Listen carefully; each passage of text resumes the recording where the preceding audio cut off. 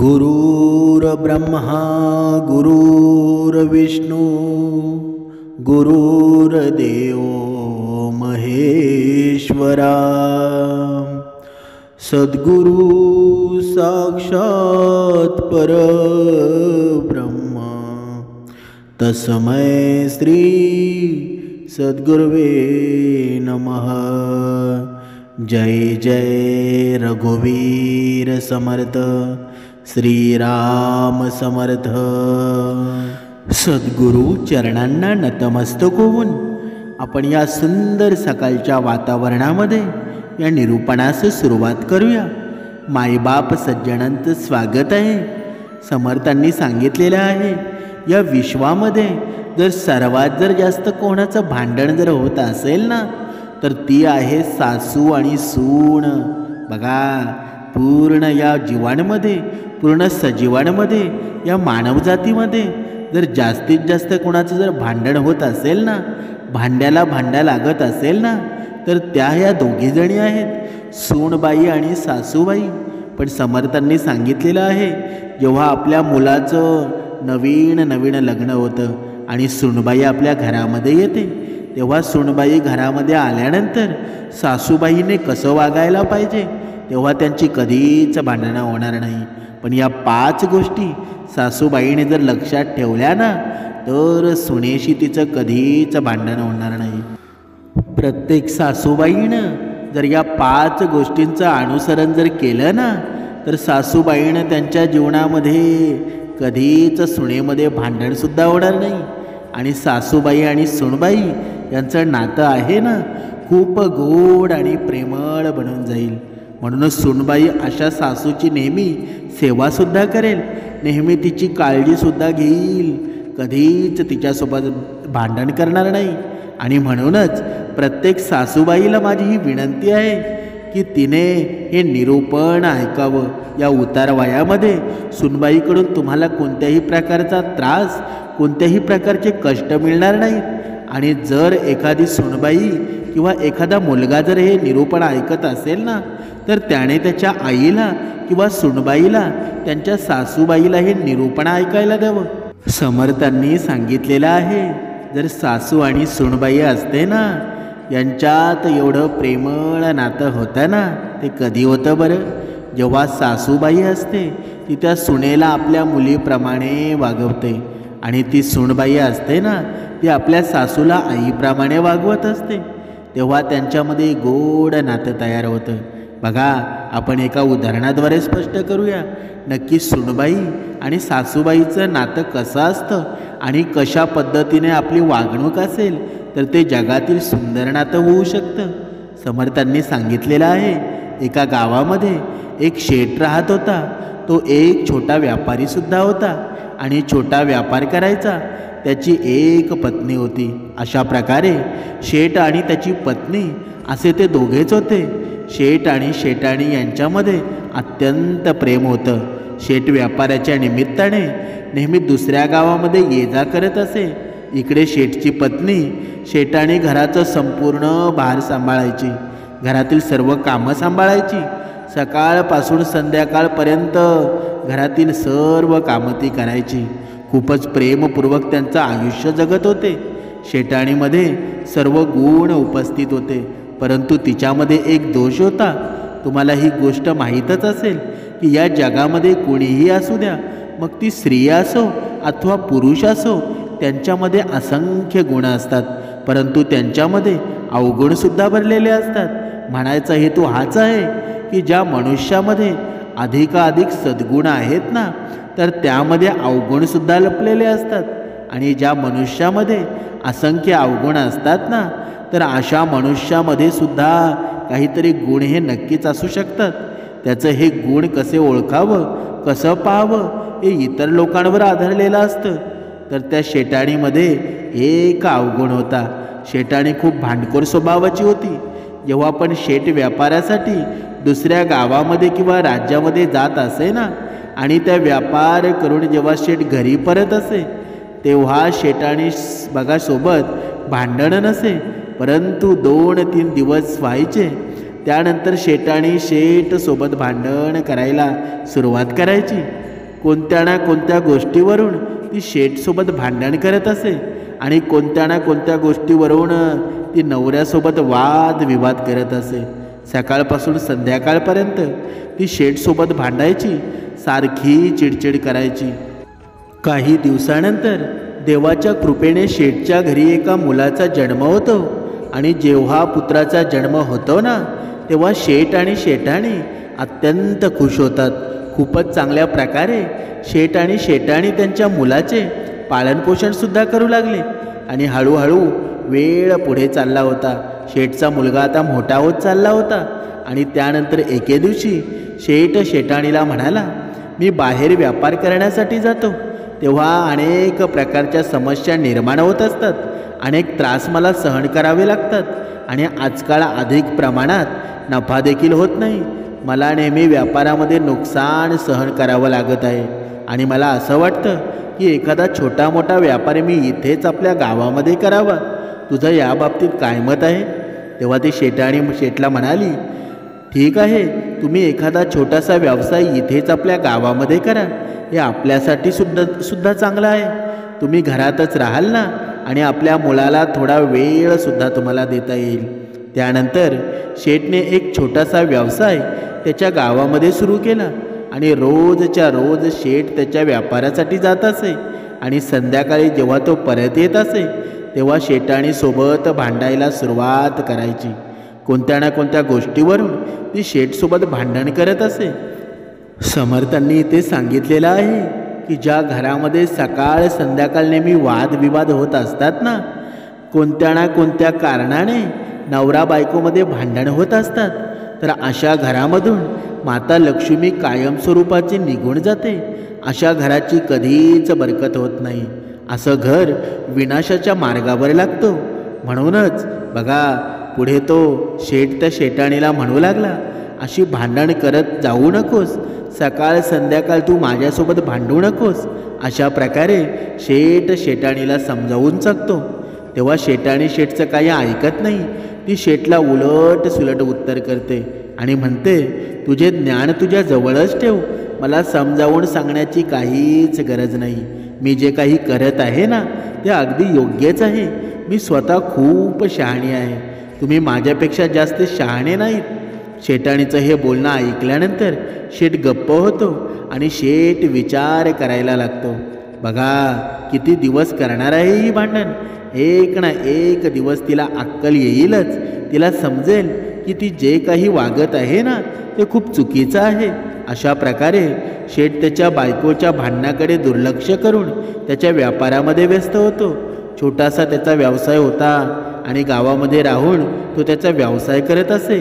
शेठचा जो मुलगा होता ना तो हळूहळू मोठा होत होता. एके दिवशी तो तरुण झाला. जेव्हा शेठचा मुलगा तरुण झाला तेव्हा शेठला मुलाच्या लग्नाची चिंता सतावू लागली. बघा, शेठ शेठाणीला जाऊन म्हणाला, आपला मुलगा आता तरुण झाला आहे, आपण त्याचं लग्न लावून द्यायला पाहिजे. तेव्हा शेठाणी म्हणाली, ही काही विचारायची गोष्ट आहे का? माझीसुद्धा हीच इच्छा आहे की आपल्या मुलाचं लग्न लवकरात लवकर व्हावं.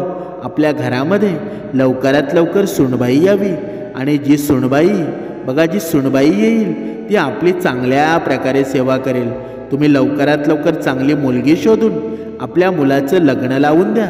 शेठ म्हणू लागला, तू काळजी करू नको, मी एखादी चांगली मुलगी आपल्या मुलासाठी पाहतो आणि ज्या दिवशी एखादी चांगली मुलगी, चांगल्या स्वभावाची मुलगी मला भेटेल ना, तेव्हा त्याच मुलींच्या वडिलांजवळ आपल्या मुलासाठी तिचा हात मागेन. त्याचबरोबर एके दिवशी चांगलं स्थळ त्याला माहीत होतं आणि आपल्या मुलाचं लग्न त्या मुलीसोबत तो लावून देतो. जेव्हा सुनबाई घरात येते तेव्हा शेठ शेठाणीला एकांतात घेऊन जातो आणि तिला एकांतात समजावतो, आजपर्यंत तू माझ्याशी नेहमी भांडण करायचीस, कोणत्या ना कोणत्या गोष्टीवरून सकाळ संध्याकाळ तू माझ्याशी नेहमी भांडण करायचीस, नेहमी वाद करायची, परंतु मी तुझं हे भांडण नेहमी सहन करत राहिलो. मी तुला कित्येक वेळा समजवण्याचा प्रयत्नसुद्धा केला, परंतु तू माझं काहीच ऐकलं नाहीस. मला उलट बोलट बघा तुम्हाला गप्प केलं आणि म्हणूनच मी तुझ्यावर काही जबरदस्ती केली नाही. तू जशी वागतेस ना तसं तुला वागू दिलं. आजपर्यंत ज्या घरामध्ये जसं तू वागलीस ते मी सहन केलं आहे. तू तुझ्या मर्जीनं वागत होतीस.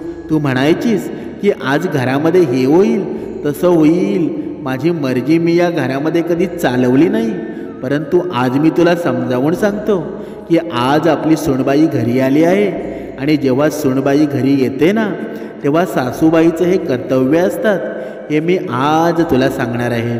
सूनबाईची अशा प्रकारे काळजी घ्यावी, अशा प्रकारे तिचं रक्षण करावं. ज्या प्रकारे डोळ्यांच्या पापण्या डोळ्यांचे रक्षण करतात ना त्याच प्रकारे सासू सासऱ्याचं हे कर्तव्य असतं की त्यांच्या सूनबाईवर कोणत्याही प्रकारचं दुःख, कोणत्याही प्रकारचा त्रास तिला होऊ नये. आजपर्यंत तू माझ्यासोबत ज्या प्रकारे भांडत राहिलीस ना तशा प्रकारचं भांडण तू तुझ्या सूनबाईसोबत करू नकोस. जर तू सूनबाईसोबत माझ्यासोबत जशी भांडायची तशी भांडत राहिलीस ना तर मग सूनबाईसोबत तुझं जास्त काळ पटणार नाही आणि त्यामुळं सूनबाई तुझी सेवासुद्धा करणार नाही. एक दिवस असा येईल ना की आपली सूनबाई तुझ्यासोबत भांडू लागेल, तुझा अपमान करू लागेल. आणि म्हणूनच मी तुला आज समजावून सांगत आहे. मी जे काही बोलत आहे ना त्या गोष्टीचा तू नक्की विचार कर. शेटाणीचे हे शेठचं बोलणं ऐकत राहिली आणि तिच्यामध्ये अधिक प्रमाणात रागाची भावना बघा आग पेटत राहिली. जेव्हा शेठचं बोलणं संपलं तेव्हा शेटाणी रागात म्हणू लागली, तुम्ही तुमचे ज्ञान आहे ना, तुमचा उपदेश आहे, तुमचे सल्ले आहेत ना, तुमच्याच जवळ ठेवा. तुम्ही मला काय मूर्ख समजता का? मी पण खूप हुशार आहे, खूप बुद्धिमान आहे. तुमच्यापेक्षा जास्त माझ्यामध्ये बुद्धी आहे आणि जे काही तुम्ही मला समजावून सांगत आहात ना ते मला सर्व काही माहीत आहे. मला समजावून सांगण्याची काहीच गरज नाही. मी जे काही करणार आहे ना बघा, मला जसं वाटेल तसं मी राहील. मी सूनबाईसोबत कसं वागायला पाहिजे ना हे मला खूप चांगलं माहीत आहे. मला जे काही करायचं आहे ना ते मला खूप चांगल्या प्रकारे माहीत आहे. इकडे सूनबाई घरी येऊन 2-4 दिवस निघून गेले. तेव्हापर्यंत सासूबाई सूनबाईला काहीच म्हणाली नाही. सूनबाईसोबत ती खूपच प्रेमपूर्वक राहत होती. त्यानंतर सूनबाई तिच्या माहेरी जाते. जेव्हा शेठचा मुलगा बायकोला पुन्हा सासरी घेऊन जातो ना तेव्हा सूनबाई तिच्या सासरी येते आणि त्यानंतर सासूबाई तिचे बघा रंग दाखवू लागते. हळूहळू सासूबाई सूनबाईसोबत भांडायला सुरुवात करते. कोणत्या ना कोणत्या कारणावरून ती सूनबाई बघा त्या सूनबाईसोबत सतत भांडण करायची. कधी भाकरीवरून, कधी भाजीवरून, तर कधी असं म्हणायची की तू आज भाजीत मीठ जास्त टाकलं आहेस किंवा आज तू भाजी जास्त तिखट केली आहे. कधी कधी तर ते असं सुद्धा म्हणायची की तू आज सगळं जेवण आळणी बनवलं आहेस. कधी म्हणायची आज तू भाकरी आणि भात कच्चंच ठेवलं आहेस. म्हणजेच कोणत्या ना कोणत्या कारणावरून सासूबाई आणि सूनबाईमध्ये सतत भांडण चालू राहायचं. सकाळ संध्याकाळ सतत सासूबाई आणि सूनबाईसोबत भांडणच करत राहायची. शेठनं जेव्हा हे सर्व काही पाहिलं तेव्हा शेठनं पुन्हा जाऊन शेटाणीला समजावून सांगितलं, तू माझ्यासोबत भांडण करतेस ना, मी तुला काहीच बोलत नाही, परंतु तू सूनबाईसोबत अशा प्रकारे भांडत जाऊ नकोस. सूनबाईला वाईट शब्द बोलू नकोस. ते तुझ्यासाठी चांगलं नाही. पुढे जाऊन तुला त्याचा त्रास होणार आहे. बघा तेव्हा शेटाणी शेठला पुन्हा रागाने म्हणू लागली, मी तुम्हाला सांगितलं ना की मला समजवण्याचा तुम्ही अजिबात प्रयत्न करू नका. तुम्ही मला सारखं मला ज्ञान देऊ नका. आणि आता तर बघा त्या शेठला ती बघा शेटणी असते ती सूनबाई समोरच बघा उलट सुलट बोलायला सुरुवात करते. इथे समर्थांनी सुंदर असं सांगितलेलं आहे, जेव्हा बघा आपण नवरा बायको असतो आणि नवरा बायको जेव्हा सूनबाईसोबत भांडण करत असतात ना, सासू सासरे भांडण करत असतात ना, एक ना एक दिवस आपली सूनबाई फायदा घेत असते. म्हणून कधीही बघा पती पत्नीनं आपल्या सुनेसमोर कधीही भांडण करू नये. कारण जेव्हा आपले हेवे दावे आहेत ना आपल्या रूममध्ये जाऊन करावं. कारण दुसऱ्यांसमोर कधीच भांडण करू नये. शेठ शेटाणीला म्हणू लागला जर तू सुनबाई समोरच मला शिवीगाळ करत असशील, मग सुनबाई काय विचार करेल?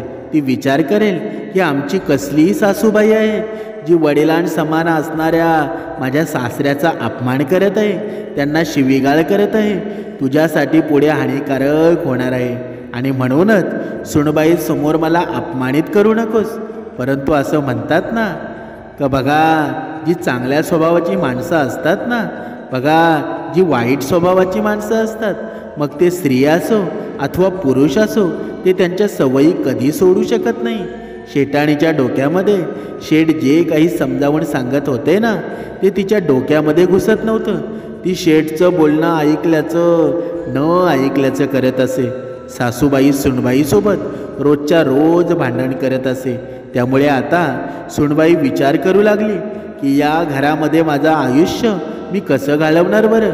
मी माझ्या आईला सोडून इकडे आले आहे. मला असं वाटत होतं की मला दुसरी आई माझ्या सासरी भेटणार आहे, परंतु मला ही कसली सासूबाई भेटली आहे. आणि इतका अपमान, इतक्या शिव्या, इतका त्रास तर मला माझ्या सख्या आईनं सुद्धा कधी दिला नाही.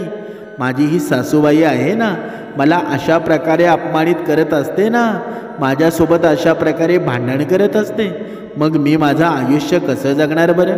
बघा, हाच विचार करून ती सुनबाई अत्यंत दुःखी असते. एके दिवशी तिच्या नवऱ्याला सुद्धा ती म्हणाली, मी तुमच्या घरात अशा प्रकारे कशी राहू शकते? तुमची आई रोज माझ्यासोबत भांडण करते, मला शिवीगाळ करत असते. तेव्हा शेठचा मुलगा म्हणाला, माझी आई म्हातारी आहे, तू तिच्या बोलण्याकडे लक्ष देऊ नकोस, तू शांत राहा. शेठचा मुलगा त्याच्या आईला काहीच म्हणाला नाही, कारण त्याला माहीत होतं की त्याची आई त्याच्या वडिलांचं ऐकत नाही, मग माझं म्हणणं कसं ऐकल बरं? अशा प्रकारे सासूबाई रोजच्या रोज सुनबाईला त्रास देत असे, तिच्यासोबत भांडण करत असे, तिचा अपमानसुद्धा करत असे. आणि सुनबाई या सासूबाईचा हा सर्व त्रास, अपमान गुपचूप सहन करत राहिली. हळूहळू पुढे दिवस सरकत होते. एक दिवस असा आला की त्या शेठचा मृत्यू झाला. आणि जेव्हा शेठचा मृत्यू होतो ना, तेव्हा शेठचा मुलगा सर्व विधिवत त्याच्या वडिलांच्या अंतिम संस्कार करतो. काही दिवस गेल्यानंतर सासूबाईचा पुन्हा तसाच चेहरा समोर आला. सासूबाई पुन्हा बघा त्या सुनबाईला त्रास देऊ लागली होती. सुनबाईला ती मारूसुद्धा लागली होती. आणि जेव्हा सासूबाई सुनबाईला मारू लागली ना, तेव्हा हा सर्व प्रकार पाहून सासूबाईला खूप वाईट वाटलं. ती तिच्या नवऱ्याला पुन्हा म्हणाली, परंतु नवरा त्याच्या आईला काहीच म्हणाला नाही. जेव्हा सुनबाईला समजलं ना की माझी सासूबाई मला खूप त्रास देत आहे, मला खूप मारत आहे, नवरासुद्धा तिला काहीच बोलत नाही, त्यामुळं आता मी या घरामध्ये कसं राहणार? शेठची सुनबाई बघा खूप हुशार होती आणि बुद्धिमानसुद्धा होती. तिनं विचार केला की आता असं शांत राहून चालणार नाही. सासूबाईची हुकुमशाही आहे ना, मी कधीपर्यंत सहन करणार आहे? एके दिवशी सुनबाईनं विचार केला की मला सासूबाईला धडा शिकवायला लागेल. जर माझी सासूबाई उद्या माझ्यासोबत भांडायला आली ना, तर मी हिला उलट उत्तर करेल. जर हिने माझ्यावर हात उचलला तर मी तिच्यावर उलट हात उचलेल.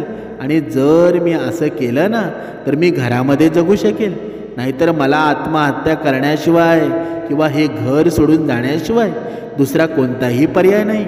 पुढचा दिवस जेव्हा उजाडतो तेव्हा सुनबाई तर या गोष्टीची वाटच पाहत होती की माझी सासूबाई कधी एकदा माझ्यासोबत भांडण करायला येते आणि कधी मला शिवीगाळ करते, कधी मला ती मारते. तेव्हा ही बघा मी हिला चांगलाच धडा शिकवणार आहे. ही सुनबाईची ही हुकुमशाही कशा प्रकारे असते बघा. खरं तर मला माझ्या आई समान असणाऱ्या या सासूबाईसोबत अशा प्रकारे वागायला नव्हतं, परंतु मी सासूबाईला उलट उत्तर केल्याशिवाय तिला अक्कल येणार नाही. एक सुनबाई जेव्हापर्यंत शांत असते, जेव्हापर्यंत ती सर्व काही सहन करते, तेव्हापर्यंत सासूबाई तिला त्रास देऊ शकते. परंतु जेव्हा सुनबाई आवाज उठवते ना, तेव्हा मात्र ती कोणाचंही ऐकत नाही. हे मी आज सासूबाईंना दाखवून देणार आहे. जेव्हा दिवस उजाडतो तेव्हा नेहमीप्रमाणे सासूबाई भांडण करण्यासाठी सुनबाईजवळ येते आणि सुनबाईसोबत ती भांडण करू लागते, तिला शिवीगाळ करू लागते. आणि जेव्हा सासूबाई सुनबाईला शिवीगाळ करत असते ना, तेव्हा सुनबाईसुद्धा गप्प बसली. बघा, कधीच गप्प बसली नाही. ती सुद्धा शिवीगाळ करू लागली आणि सासूबाईला उलट सुलट बोलू लागली. सुनबाई म्हणाली, खबरदार सासूबाई, आजपर्यंत मी तुमचा प्रत्येक अत्याचार, तुमच्या प्रत्येक चुका सहन केल्या आहेत. तुमची ही हुकुमशाही मी सहन केली आहे. तुमचे प्रत्येक अत्याचारांनी शिवीगाळ, तुमचा मी मार सहन केला आहे. परंतु सासूबाई, कदाचित तुम्हाला हे माहीत नसेल की सहन करण्याची सुद्धा काहीतरी सीमा असते आणि तुम्ही ती सीमा पार केली आहे. तुम्ही ती मर्यादा ओलांडली आहे. जर आज तुम्ही मला शिवीगाळ केली ना, तर त्या बदल्यात तुम्हाला सुद्धा शिवीगाळ ऐकावी लागणार आहे. जर तुम्ही माझ्यावर हात उचलला तर तुम्हाला सुद्धा मार खावा लागेल. आज तुम्हाला मी सोडणार नाही. जेव्हा सासूबाईंनी हे सुनबाईचं बोलणं ऐकलं, तेव्हा सासूबाई अत्यंत घाबरली. कारण सुनबाई तरुण होती आणि सासू म्हातारी होती. तिच्या शरीरामध्ये इतकं सामर्थ्य नव्हतं की ती सुनबाईला सामना करू शकेल. काही दिवस गेल्यानंतर सासूबाईने परत तिचं रूप दाखवणं चालू केलं. परत सासूबाईला मारायला लागली, पण आता परत सुनबाईला मारायला लागली. पण सुनबाईने आता ऐकून घेतलं नाही. सासूबाईचा हात धरला आणि घराच्या बाहेर ढकलून दिलं. बघा, ते पाहून तेव्हा तिथे तिचा मुलगा येतो आणि तो म्हणतो, खबरदार, तुम्ही शांत उभे राहा. आजपासून पुढं तुमच्या आईच्या अत्याचार मी सहन करणार नाही. जर तुम्हाला तुमच्या आईचं वागणं बरोबर वागत असेल ना, तर तुम्हाला तिच्यासोबत राहावं लागेल. मग मला या घरामध्ये राहायचं नाही. मी हे घर सोडून कायमची निघून जाते. त्यानंतर मी परत कधीच येणार नाही. जेव्हा शेठच्या मुलाने हे ऐकलं की माझी बायको घर सोडून निघून गेली, तर मी तर परत कधी येणार नाही, तेव्हा तो त्याच्या बायकोला काहीच म्हणाला नाही. तो तिथून निघून जातो आणि ती वृद्ध शेठाणी काही वेळ दरवाजातच बसून राहते. परंतु सुनबाईचं हे घरामध्ये जाताना दरवाजा बंद केला आणि त्यानंतर ती म्हातारी तिथेच उठते आणि पुढे चालू लागते. चालत चालत ती गावातून पुढे बाहेर जाते आणि रस्त्याच्या बाजूला असलेल्या एका झाडाखाली बसून राहते. तिथे बसून रडू लागते. ती विचार करू लागते की मी आता कुठे जाणार. माझ्या सुनबाईने मला घराबाहेर काढलं आहे. काही वेळानंतर जिथे ती वृद्ध शेटाणी बसली होती, तिथे एक साधू येतो आणि जेव्हा त्या साधूने म्हातारीला रडताना पाहिलं, तेव्हा त्या साधूने विचार केला की या म्हातारीला जाऊन विचारावं, हिला कोणता त्रास आहे, ती का रडत आहे. साधू त्या वृद्ध महिलेजवळ जाऊन बसले आणि तिला विचार करू लागले, आई, तू का रडत आहेस? तुला काही त्रास आहे का? इतक्या कडक उन्हामध्ये बसून तू रडत का आहेस? तेव्हा ती म्हातारी म्हणाली, महाराज, मला माझ्या सुनबाईनं घराबाहेर आकलून काढलं आहे. जेव्हा याबाबत मुलाला म्हणाले ना, सुनबाईची तक्रार जेव्हा मुलाकडे केली, तेव्हा मुलगासुद्धा तिला काहीच म्हणाला नाही. सुनबाईनं माझ्यावर इतके अत्याचार केले ना, माझा इतका छळ केला की मला घरातून बाहेर हाकललं आहे. आता तुम्हीच सांगा महात्मा, मी कुठे जाणार आहे बरं? मी एक म्हातारी आहे. माझा नवरासुद्धा हे जग सोडून निघून गेला आहे आणि मुलाने आणि सुनबाईने मला घराबाहेर हाकललं आहे. त्यामुळे मी आता कसं जगणार? मी कुठे जाणार?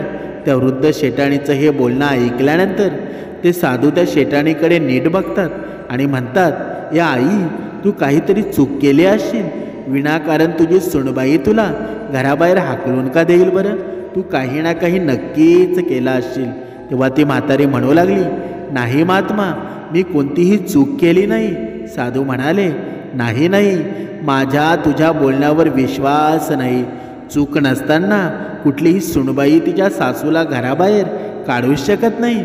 सुनबाई तर सासूबाईची सेवा करत असते, सासूबाईवर अत्याचार करत नाही.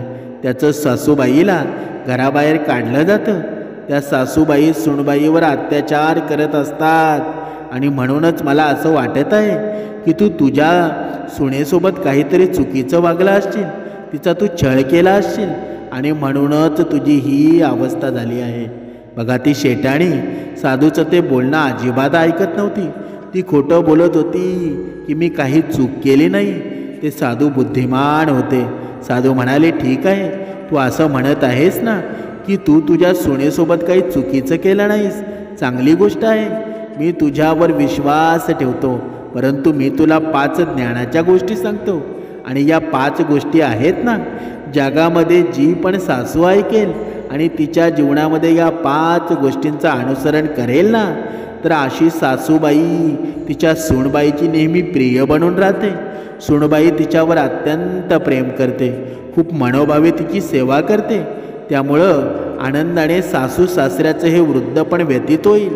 तेव्हा वृद्ध शेटाणी म्हणू लागली, हे महात्मा, त्या 5 ज्ञानाच्या गोष्टी कोणत्या आहेत बरं? ज्या 5 गोष्टींना अनुसरून केल्यामुळं सासू सुनबाईची प्रिय बनते, तुम्ही त्या 5 गोष्टी मला सुद्धा सांगा. साधू पुढे म्हणतात, हे वृद्ध आई, तू लक्षपूर्वक ऐक. माझी पहिली गोष्ट आहे, सासूचं हे कर्तव्य आहे की सुनबाईच्या छोट्या मोठ्या चुकांकडे दुर्लक्ष करणं, तिच्या या चुका लपवून ठेवणं. म्हणजे सासूबाईनी सुनबाई छोट्या मोठ्या जर चुका करत असेल तर त्या इतरांना सांगू नयेत, कोणालाही सांगू नयेत. ना तिच्या मुलांना ना नवऱ्याला सांगाव्या, कोणालाही सांगू नये. हेच सासूबाईचे कर्तव्य आहे.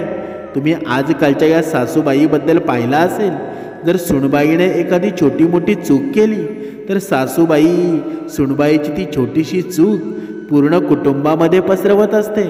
म्हणूनच सर्वांना सांगत असते, लहानांपासून मोठ्यांना सगळ्यांना वाढवून मीठ मसाला लावून सांगत असते. इतकंच नाही, इतकंच शांत राहत नाही तर शेजाऱ्यांना सुद्धा पूर्ण गावभर सुनबाईबद्दल ती वाईट साईट सांगत असते. आणि याच कारणामुळं सूनबाई सासूसोबत ईर्ष्या करू लागते, सासूबाईवर नाराज होते. तिच्यामध्ये सासूबाईबद्दल नाराजीची भावना निर्माण होते. म्हणूनच सासूबाईचं आणि या सूनबाईचं प्रतिप्रेम असतं ना, ते कमी होत जातं. म्हणूनच सासूबाईच्या वृद्ध काळामध्ये ती सासूबाईची सेवा करत नाही, त्यांची काळजी घेत नाही. जर एखाद्या सासूबाई सुनबाईच्या अशा छोट्या मोठ्या चुकांवर दुर्लक्ष करत असेल किंवा स्वतःच्या मुलीप्रमाणे तिला समजावून सांगत असेल ना, तर मग भविष्यामध्ये सुनबाई अशा चुका करत नाही. आणि सासूबाईने सुनबाईला स्वतःच्या आईप्रमाणे समजावून सांगितल्याप्रमाणे सुनबाईच्या मनामध्ये सुद्धा सासूबाईच्या प्रती प्रेमाची भावना निर्माण होते. ती तर असं समजत असते की मी माझी सासूबाई नसून ही माझी सख्खी आईच आहे. कारण एक सख्खी आई असते ना, मुलीला ज्या प्रकारे समजून घेत असते त्याच प्रकारे माझी ही सासूबाईसुद्धा मला समजून घेत आहे. माझ्या चुकाही इतरांना सांगत नाही तर मला समजावून सांगत असते, मला अशा चुका करण्यापासून थांबवत असते. त्यामुळं त्या सासूबाईच्या मनामध्ये प्रेमाची भावना निर्माण होते आणि ती सूनबाई सासूबाईची मनपूर्वक मनोभावे सेवा करत असते. वृद्ध काळामध्ये सासूबाईवर कोणतेही आजारपण आलं ना, तरी कोणतंही संकट आलं ना, तरी सूनबाई तिच्या पाठीशी खंबीरपणे उभी राहते. साधू पुढे म्हणतात, ए आई, माझी दुसरी गोष्ट आहे की सूनबाईची बाजू घेणं. बघा, या सूनबाईची बाजू घेणं या आई सासूबाईचं कर्तव्य असतं की तिने सासूबाईची बाजू घ्यावी. आजकालच्या या बहुतेक सासूबाई आहेत ना, त्या सूनबाईच्या विरोधातच बोलत असतात. त्या नेहमी मुलाची बाजू घेत असतात, परंतु त्या सूनबाईची बाजू घेत नाहीत. जेव्हा मुलगा आणि सूनबाईमध्ये भांडण होत असतो तेव्हा सासूबाई मुलाचीच बाजू घेते. ती असं म्हणते की हिनेच काहीतरी चूक केली असेल, हीच वाईट आहे. परंतु ती असं कधीच म्हणत नाही की कदाचित मुलाची सुद्धा चूक झाली असेल, मुलगा तिला काहीतरी वाईट साईड बोलला असेल. आणि जेव्हा सासूबाई सुनबाईची बाजू घेत नाही ना, सुनबाईबरोबर असूनसुद्धा सासू मुलाचीच बाजू घेते ना, तेव्हा सुनबाईला खूप वाईट वाटतं. तेव्हा साधू म्हणतात, ह्या आई विचार कर, ज्या प्रकारे तू तुझ्या मुलाची आई आहेस त्याच प्रकारे तुझ्या घरामध्ये जी सुनबाई आली आहे ना, तीसुद्धा कोणाची तरी मुलगी आहे. तिलासुद्धा कोणाचा तरी जन्म दिला आहे, कोणीतरी जन्म दिला आहे. तिचेसुद्धा कोणीतरी लाड प्रेम केले आहेत. जर तुम्हाला तुमचा मुलगा लाडका असेल तर तीसुद्धा कोणाची तरी लाडकी आहे. जर तुम्ही विचार करा, तुमची सुनबाई जन्मदात्या आईबाबांना सोडून तुमच्या घरी येते ना, ती विचार करत असते की मी माझ्या एका आईबाबांना सोडून दुसऱ्या आईबाबांकडे जात आहे. सासरी गेल्यानंतर मला दुसरी आई भेटेल.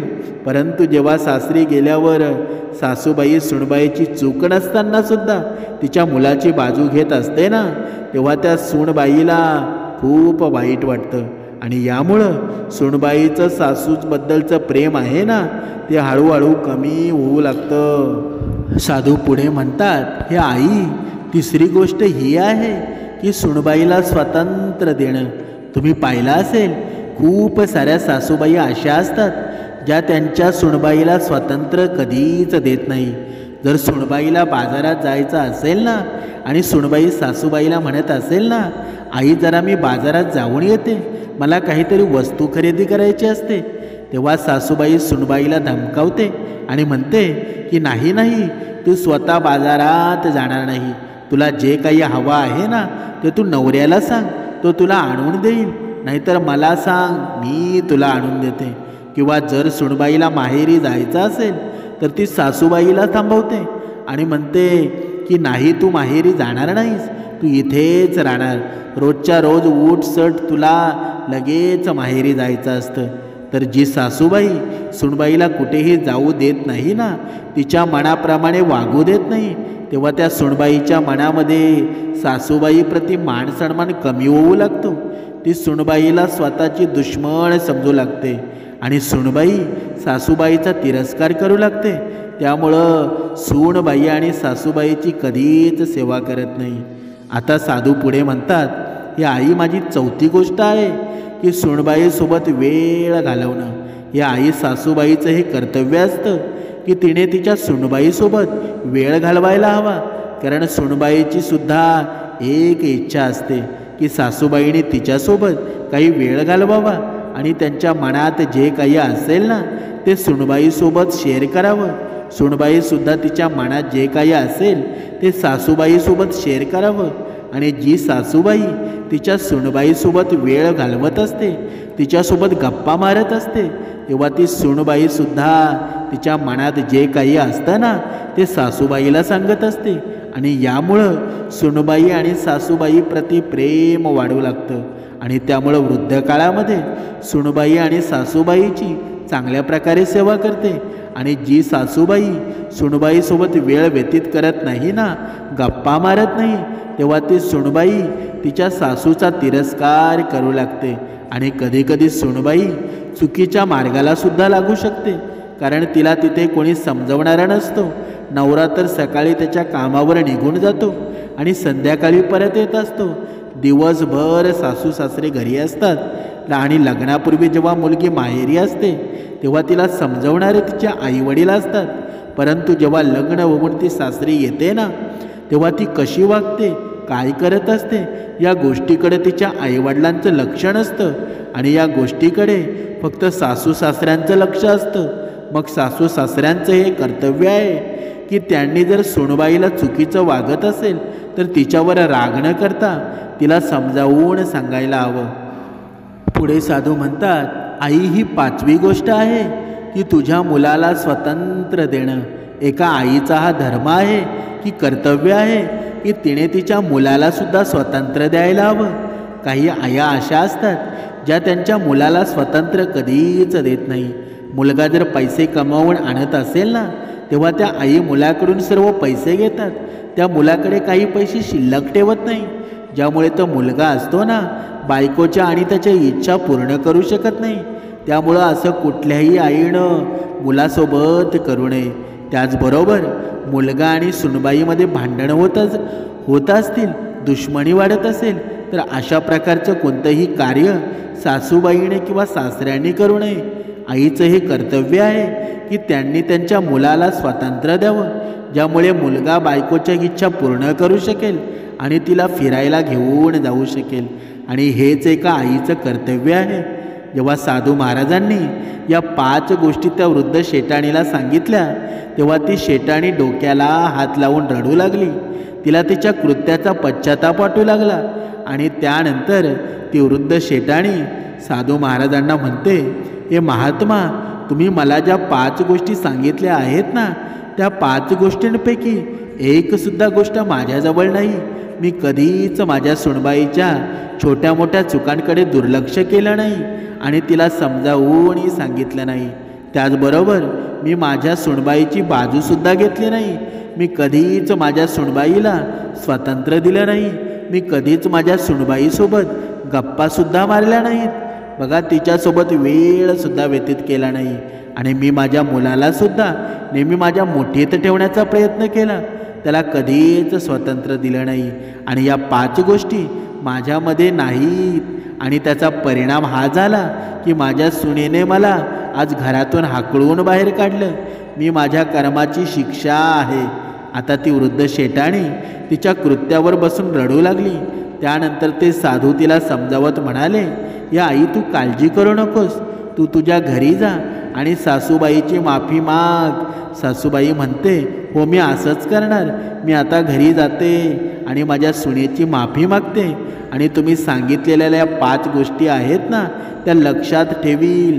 आणि या 5 गोष्टींचं अनुसरण मी माझ्या आयुष्यात नक्कीच करेल. मी माझ्या सुनबाईवर अत्यंत प्रेम करेल. तिला समजावून घेईल. बघा, अशा पद्धतीनं ती सासूबाई घरी जाते आणि त्या 5 गोष्टींचा अवलंबन करायला सुरुवात करते. तेव्हा अतिशय सुखी संसार होतो. कुणामध्ये कधी भांडण होत नाही. म्हणजेच्या या कथेचं तात्पर्य काय, या पूर्ण याचं सार काय आहे? जेव्हा सासू असो किंवा सुनबाई असो, नम्रपणा जर असेल ना, तर सर्व काही व्यवस्थित राहतं. जेव्हा बघा सुनबाई घरात येते ना, तेव्हा आपली मुलगीच घरामध्ये आली आहे असं सासूचं वागणं असावं. आणि जेव्हा सुनबाई घरामध्ये जाते तेव्हा आपल्याच घरी आपली आई आहे. सासूला आई समान वागवणं हीच प्रत्येक मुलीचं कर्तव्य आहे. आणि जेव्हा हे सर्व या ठिकाणी होईल ना, सर्व विश्वामध्ये होईल, तेव्हा कुटुंब सुखी झाल्याशिवाय राहणार नाही. जय जय रघुवीर समर्थ.